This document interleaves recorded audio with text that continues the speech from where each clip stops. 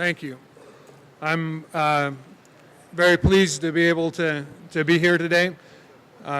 We are the prime contractor for NASA on the International Space Station program, and as such we have the opportunities to build a lot of exciting stuff and put it on orbit for the things that go on there. Next chart. How many of you know that we still have a space station up there? Have you heard and you know that there's a space station? Because a lot of people, when the space shuttle went away and when we stopped flying the space shuttle, they assumed that the space station was over also. And so the answer is no, we still are on orbit. This was a picture taken from the last, next to the last space shuttle that flew, STS-133, and that's what the space station looks like up there today, with the large solar arrays and the other things. There is going to be a handout that you guys will have available to you after this that'll have this photo on it, as well as the next chart. Next chart just has some interesting facts about the space station. It's pretty long, and you'll see that in a little bit. It weighs about 400 tons as assembled on orbit. No way we could launch that, and that's why it had to be assembled in space. Pretty great undertaking. It's about 200, a little over 200 miles above us, and traveling at 17,500 miles per hour. Have any of you ever seen it go over?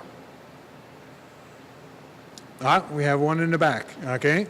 So what I've done here at the bottom, and again, this will be available to you the next times that it should be good opportunities for viewing the space station will be on the 7th and 8th of April.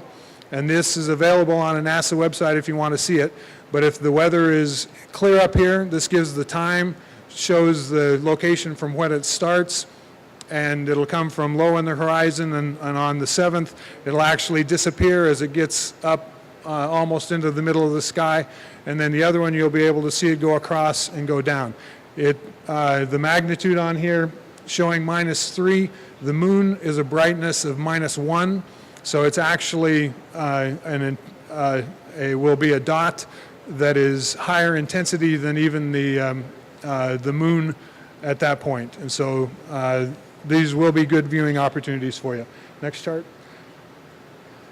That's kind of what it looks like if you wanted to overlay it in Soldier Field or something. For those of you who may have been there or other football fields, that's about the entire size of the space station for you. This is an international space station. Here are the primary countries that are involved. A number of them have astronauts on orbit.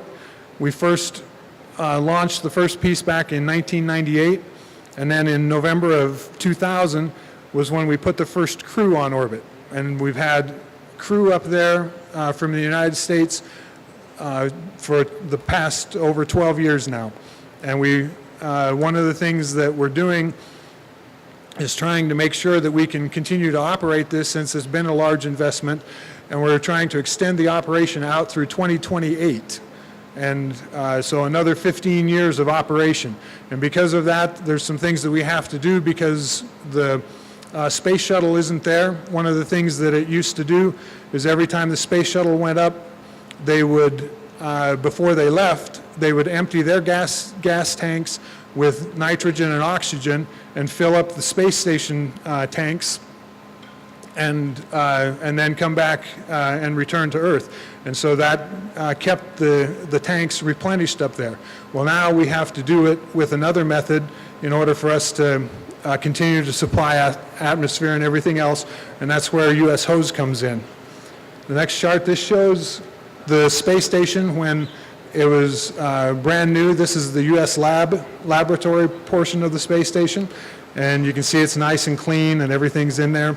So if you look at the next chart, we see that over time we store a bunch of stuff. because there's not a lot of extra closet spaces and whatever else, so it's getting kind of crowded up there, and doesn't look exactly like it was originally launched. But we've had a lot of visitors up there, and a lot of people over the last 12 years. So, why are flexible metal hoses so critical? I just mentioned that we're going to be taking up 6,000 PSI tanks that'll have our nitrogen and oxygen in them. And the only way to get this stuff out of there into the ISS systems is to have a flexible metal hose that can connect these tanks up to our systems. And that's where you guys come in, because you're building that flexible metal hose for the astronauts to be able to breathe, and as well as to do experiments, because the nitrogen, a lot of the nitrogen is used to conduct experiments on orbit, and so we need both of those for atmosphere as well as for the experimentation. Now, one of the things that doesn't seem obvious, and you know, we need this hose soon, because early next year we have to fly up additional gas to be able to keep the astronauts breathing. And so what do you think? What do you think we're going to fly up first? Nitrogen or oxygen? What's that? Well, the answer is nitrogen, okay? And so sometimes it's not obvious that, you know, I need to keep the astronauts breathing, and so I'm going to send up nitrogen. But our atmosphere is made up of 80% nitrogen, and we think about the oxygen because that's what our bodies use. But the first thing that we're actually going to fly up will be nitrogen tanks.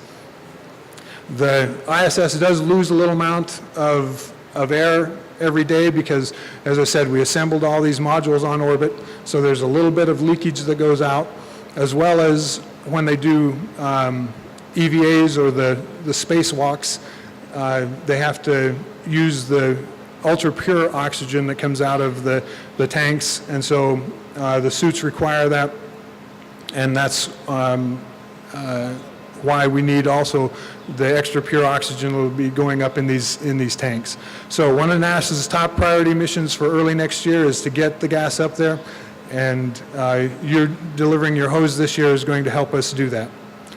Next chart. So here's the system that'll be inside. This is the crew trainer, actually, that we have down in Houston. The black tank there is simulating the tank that these will go up in, and you can see the flexible metal hose that goes into the manifold assembly, and you can see all of the connections on the backside so that it can be routed to the different places in the space station once it's on orbit. Next chart. This is the airlock. This is the system that the area which used to take the gas from the space shuttle, and so it will be pulled out, and that assembly that you saw over there will actually go up into this location inside. And on the next chart, you'll see that we also will be installing these external to the space station, and so they'll be out on those big trusses. And down here in the corner, you can see astronaut Wirtz in the future there installing your hose, what it's going to look like when he installs the hose out during one of his spacewalks. So I know today we're excited, and I'm especially pleased to be able to tell you that Colonel Terry Wirtz was born in Baltimore, Maryland. He considers Columbia, Maryland to be his hometown. He's married with 2 children. He's a graduate of the U.S. Air Force Academy, the Embry-Riddle Aeronautical University, and Harvard Business School.